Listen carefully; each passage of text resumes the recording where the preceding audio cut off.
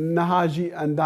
اندامكي جواكن تركمانان عايدن معروف وزيري بيكهاتان يهري مع كردستان عراقي بمرة كاك عايدن مكاتد باش يعني حزم ذاك بزانم مكاتد باش بو ايوي تركمان كيشتان هبي لبابتي دنگدان وبابتي نوێنەرایەتی خۆتان لە پەرلەمانی هەرێمی کوردستاندا ولی پێشکی زۆر سوپاسان دەکەین کە بابەتی پێکهاتەکان گرنگە بابەتێکی هەستیارە پێویستە بە هەستیارەوە بە حساسەوە تعامل لەگەڵ ئەم بابەتە بکرێت و وجودی پێکهاتەکان کە مەبدەیەکی ئەساسیە بۆ پشتیوانیکردنی لە پێکەوە ژیانی نەتەوەکان و ئەدیانەکانە لە هەرێمی کوردستان لە ئێستادا کە پێکەوە ژیانێکی باشەیە و پێکەوە ژیانێکی لە نێوان نەتەوەکان و ئەدیانەکان بەهێزی هەیە لە هەرێمدا کە بەشداری پێکردنیان لە پرۆسەی سیاسی و لە بڕیارە سیاسەکان ئەمەش خەتەواتێکی زۆر باشە و هەنگاوێکی زۆر باشە پێویستە کە زیاتر بەرەو پێش بڕوات و پێویستە کە زیاتر پشتیوانیان بکرێت و لێرەدا کە لێستادا زۆر زیاتر باسی کۆتا ئەکرێت و یا باسی زیاتر نوێنەرایەتی کۆتا ئەکرێت و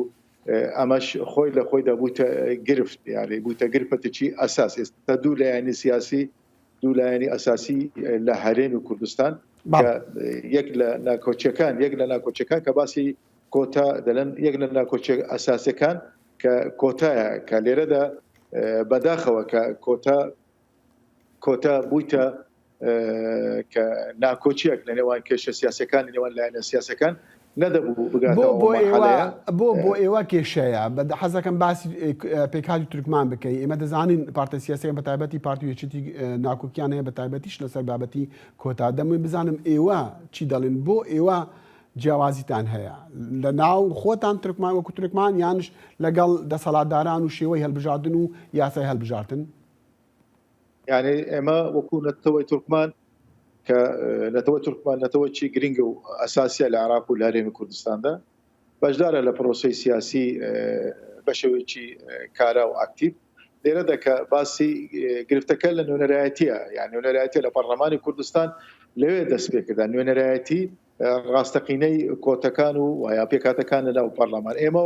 ئێمە لەنێو خۆمان گرفتمان نییە لەناو خۆمان گرفتمان نییە گرفتەکە ئەوەیە کە کێشەکە کراوە بە کێشەیەکی سیاسی ئەم بابەتی باشە یعنی کەواتە پێت وایە کە نوێنەرانی تورکمان لە پەرلەمانی هەرێمدا نوێنەری ڕاستەقینەی تورکمانەکان نین یعنی لێرەدا مەسەلەن نوێنەرایەتی نەتەوەی تورکمان و یا نوێنەرایەتی پێکهاتی تورکمان لەناو پەرلەمانی کوردستان ئەمە نوێنەرایەتی نەتەوەی خۆی دەکات و کە نوێنەرایەتی کە پێکهاتی تورکمانەکە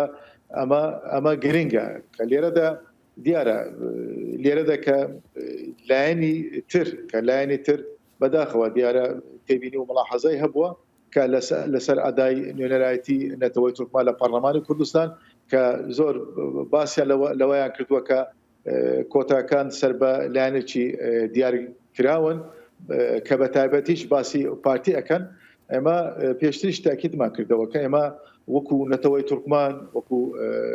پێکهاتی تورکمان کە ئەمە بەشدارین لە پرۆسەی سیاسی لە حکومەتەکە کە ئیتیفاقمان تحالفمان هەیە لەگەڵ پارتی ئێمە بەشدارین لە کابینە نوێ حکومەتی هەرێمی کوردستان لە عینی کاتیشدا ئێمە باسی نوێنەرایەتی ڕاستەقینە دەکەین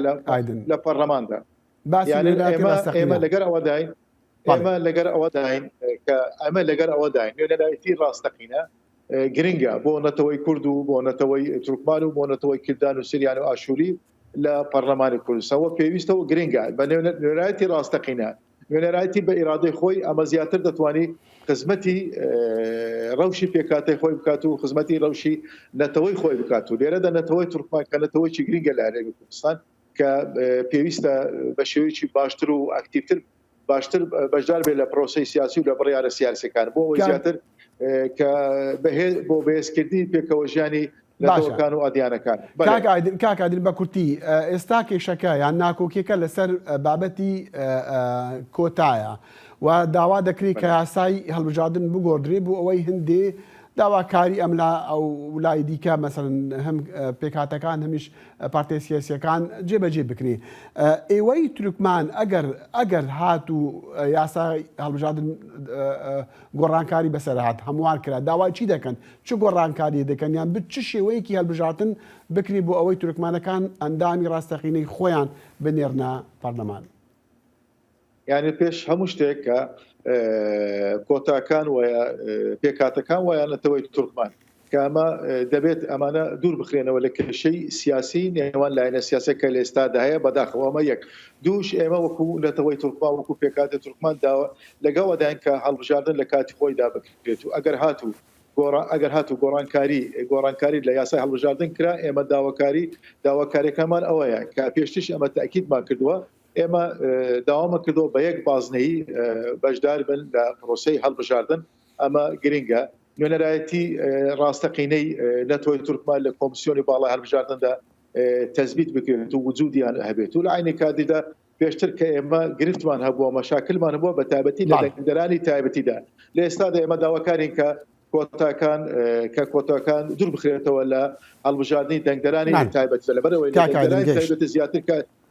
دەستێوەردا لە کاروباری پێکاتەکان و کۆتاکان دەکرێت. بەڵێ ئایدن معروف وەزیری پێکهاتن حکوومەتە هەرێما کوردستانی ژێبەرەی تورکمان ڕاستەخۆ بمەڕە بوو. زۆر سوپاس. زۆر سوپاس سەرکەوتوو بن.